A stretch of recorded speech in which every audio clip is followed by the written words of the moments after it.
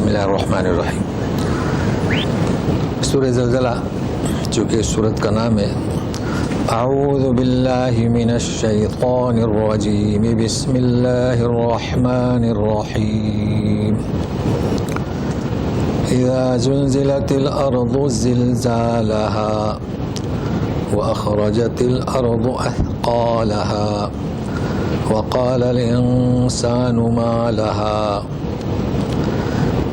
يومئذ تحدث أخبارها بأن ربك أوحى لها يومئذ يصدر الناس أشتاتا ليروا أعمالهم فمن يعمل مثقال ذرة خيرا يره ومن يعمل مثقال ذرة شرا يره اور يعمل. جب شدید زلزلہ آئے گا تو شدید زلزلہ کسے کہیں گے؟ یہ زلزال جو لکھا ہے نا، زلزلت زلزالہ مفعول مطلق، تو اس کے معنی یہ ہوتے ہیں. مگر زمین کا زلزلہ، اس کا مطلب ہے کہ زمین کے پاس صلاحیت ہے. جب سے اسے بنایا گیا اسی لیے تو پہاڑ گاڑے گئے ہیں نا کھوٹے کے مثل. تو یہ ہے جب زمین میں سخت زلزلہ آئے گا زمین کا، اس کو کام کرے گی، زمین نکالے گی اپنا بوجھ، یعنی جتنے بھی مدفنے آدم علیہ السلام سے لے کر قیامت تک کے لیے سبوں کو نکال دے گی. اب جب وہ نکالے گی سبوں کو تو انسان کہے گا کہ کیا ہوا اسے؟ اب یہ کون سا انسان کہے گا؟ مومن تو نہیں کہے گا، مومن تو جانتا ہے. مومن تو انشاءاللہ پرسکون زندگی گزارے گا. حوالے برزخ جو ہوتے ہیں، برزخ میں وہ تو فوراً سمجھ جائے گا. انشاءاللہ اللہ تعالی ہمیں اس کی توفیق دے، ہم خوش ہوں کیونکہ اب حاضر ہونا ہے. بس جو مومن نہیں ہے وہ کہیں گے کیا ہوا اسے؟ یومئذ تحدث اخبارا. اب اس کے ساتھ ساتھ وہ زمین سارے حقائق بھی بیان کرے گی. اب یہ کیا بیان کرے گی؟ اخبار اس کی خبریں کیا ہیں زمین کی؟ اور اس کی خبریں یہی ہیں کہ اس نے کن کن کو سنبھالا، وہ کیسے مجرم تھے، اور اس زمین پر کیا کیا ظلم واقع ہوئے. اب لوگ سوچتے ہیں چلیے کربلا کا واقعہ ہم لوگوں میں بہت مشہور ہے، وہ صحیح ہے غلط ہے کیا ہے؟ وہ تو زمین سارے حقائق کیا کیا ہوا اس زمین پر وہ پیش کرے گی. اور اس لیے یہی کافی. اب ہم نہیں سمجھ سکتے کہ کیسے ہم سنیں گے اس کی بات، مگر یہ کہ وہ پیش کرے گی کیونکہ کلام پاک میں سب تو ہو چکا. وہ بتائے گی. کیوں بتائے گی؟ اپنی طرف سے نہیں. بِأَنَّ رَبَّكَ أَوْحَى لَهَا. رب نے اس وحی کی ہوگی کہ بولو. تو اب وحی بھی آپ جان چکے ہیں. اکثر ہمارا تصور یہ کہ وحی الہی جو نبیوں پر آتی ہے، نہیں، یہ مخلوق ہے. زمین کو بھی آتی ہے وحی، پتھر کو بھی آتی ہے، درخت کو بھی. شہد کی مکھی آپ دیکھیے وہاں پر اللہ نے وحی کی ہے کیونکہ اس نے کیسے راستہ بنانا.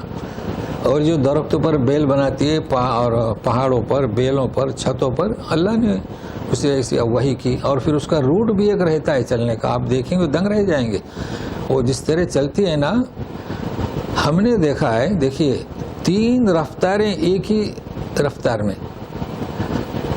جب چھتا نکالتے ہیں تو وہاں سے وہ ہٹتی ہے ایک رفتار ہوئی، اس کے بعد وہ گول گول گھومتی ہے دوسری رفتار ہوئی، اس کے بعد اوپر جاتی ہے.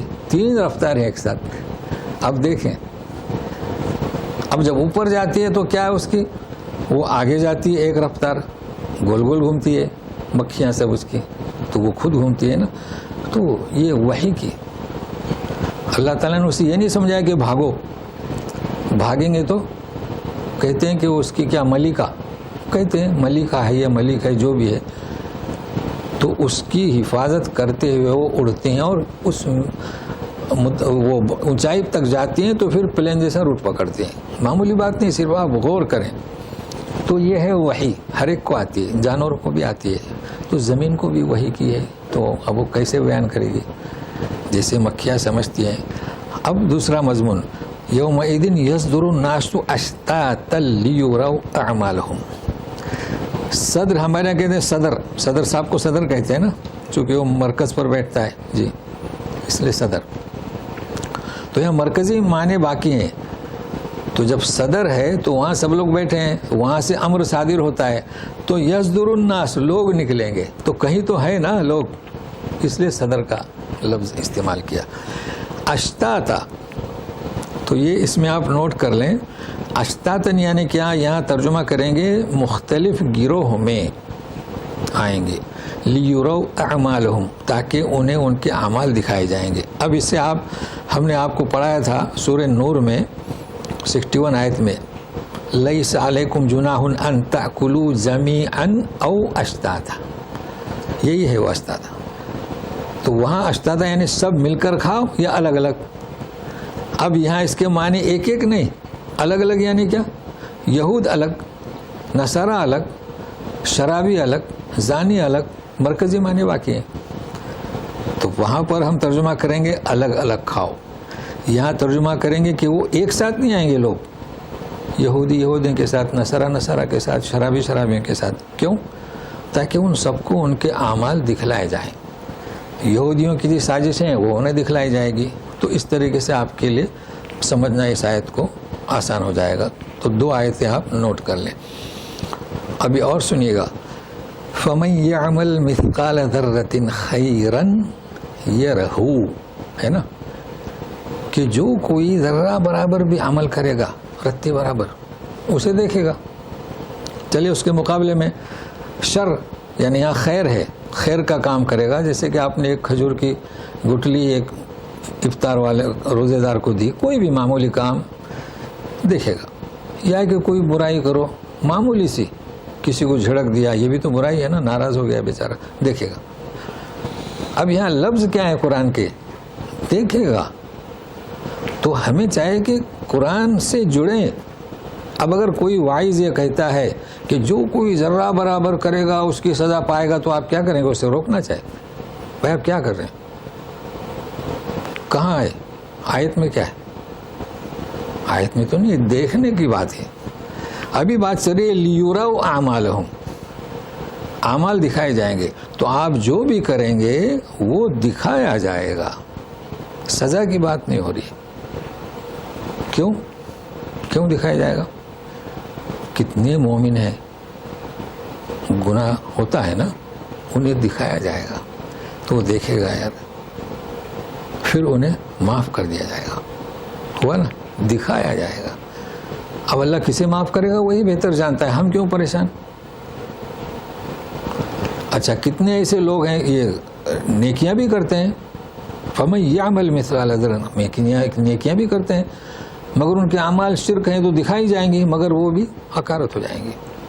تو آیت کا مفہوم نوٹ کر لیں. یہ کبھی نہ کہیں کہ جو کوئی ذرہ برابر کرے گا اس کا سزا پائے گا، اور نہیں، ایسا نہیں ہے. اگر کسی نے بہت سارا خیر کیا تو سب ملے گا نہیں، ہو سکتا ہو ریا کی وجہ سے حقارت ہو جائے. تو اس 2 آیتوں کی شرح میں اسے نوٹ کر لیں. تو اب ہم انشاءاللہ العادیات شروع کرتے ہیں، انتظار کیجیے گا.